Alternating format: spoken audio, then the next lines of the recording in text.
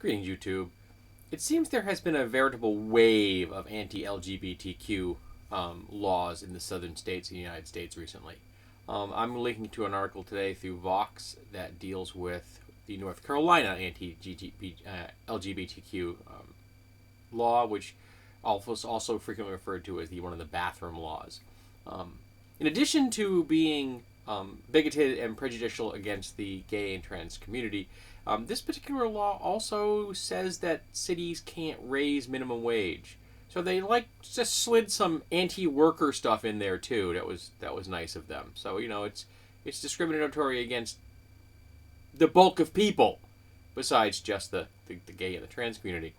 But in particular, I'm discussing the fact that PayPal had announced 2 weeks prior to the law that they were opening a 400-person branch in North Carolina. And then the state signed that law into effect, and PayPal decided to go, yoink!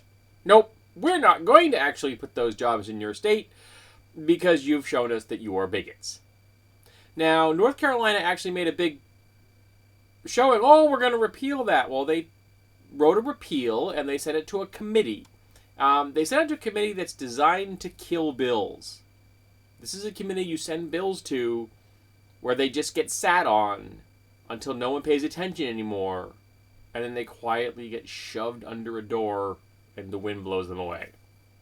There's not going to be a repeal. It's just a public relations gesture, as opposed to, actually treating your citizens with equality and making sure that they have their full range of civil liberties and human rights. That's apparently beyond the pale. You can't have that in North Carolina. Treating people justly is just can't be done. It's passé. That's 20th century. Civil liberties, they're 20th century things. We're in the 21st century now, folks. It's an era for making sure that your bigots are represented in the law. And of course, these kinds of laws are already causing fallout. Cops are already kicking women that are women out of women's rooms because of this law. Strangers have verbally assaulted people because they are following the laws to the letter. They are entering the restroom that is aligned with their birth certificate. And people are already being harassed. Now remember, these laws used scare tactics to say, we're trying to protect the children and women. So the idea being that women in public restrooms would be assaulted by people that appear masculine but identify as women. Now, I gotta tell you, I've known lesbians that were as masculine as many men are, trans or cis. So they are already being harassed, and this law just makes it a lot easier to harass them. And you could be a heterosexual woman and just be very masculine in appearance, and how you present yourself to the world is no one's business but yours, unless you live in one of these states, and now they're going to make sure that you conform to certain societal norms. And if you don't, you will be harassed. These laws are putting trans people at risk. But again, that was their goal, to increase the level of harassment against a minority group. That was their goal. Remember, these laws are about sending a message to the socially conservative base that their bigotry is acceptable.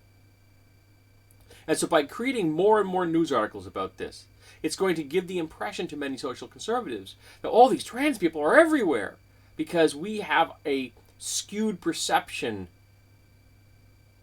through the media. As I've said before, it's like a deer in the forest. They can see, their perceptions are out to about 100 meters. Beyond that, they don't care. The world doesn't exist for them. And if you were to suddenly crank up their senses so that it worked out to 1,000 meters, they would just be paranoid, even though 900 of that meters is of no danger to them. they would suddenly perceive it as a danger even though it isn't. And they would be paranoid and anxious-ridden. And the media does the same thing for us. A single story can be played on numerous locations, different channels, web articles, paper articles. It can make it into debates in different types of political arenas. And that same article can be amplified till it gives people the impression that there are a lot more instances of situations going on than are. And then that is a feedback loop. The more this feeds into it, the greater the perception that there is a problem with the trans community. But there isn't. Just let people use whatever bathroom they frigging will want to use. There are no instances of trans people assaulting anybody else. There are lots of instances of trans people being assaulted, being harassed, and in some unfortunate cases being killed just because they are trans. If you are a black trans woman in America, your risk of being murdered is really high because you dare to live your life as who you are. And these laws, again, just send a message to the conservative base. We have your back. You are bigots, and we have your back. Even if eventually these things get knocked down by the Supreme Court as being unconstitutional, all it has to do is send that message effectively through the next election cycle. And right now is the perfect time for these politicians to lay down that message to their conservative base that they have their back. We have your back. You're a bigot, and we support your bigotry. Vote for me in November. And it's going to work. And it's disgusting that there are Americans that concern so little for their fellow citizens that they are willing to strip away their civil liberties, their human rights. They are willing to endorse their being harassed and discriminated against and potentially attacked physically. Why? Because they're afraid. Because someone is different. I got some startling news for you folks. Everyone's different. And if you look hard enough, you'll find enough differences between you and anybody else to make you uncomfortable. But how about let's turn that around? If you also look, you will find enough similarities between you and anybody else to make you comfortable. We are more alike than apart. And we need to move towards that. And these laws drive a wedge between people. They are not about joining together. They are not about forming unions and bonds and friendships and acceptance. I want to go beyond tolerance. I want to achieve acceptance. These laws are about ending that, preventing that. So we don't need these laws. Just like apparently North Carolina doesn't need those jobs.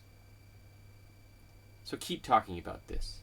Keep hammering at your politicians to make sure they realize that you're not going to let this go.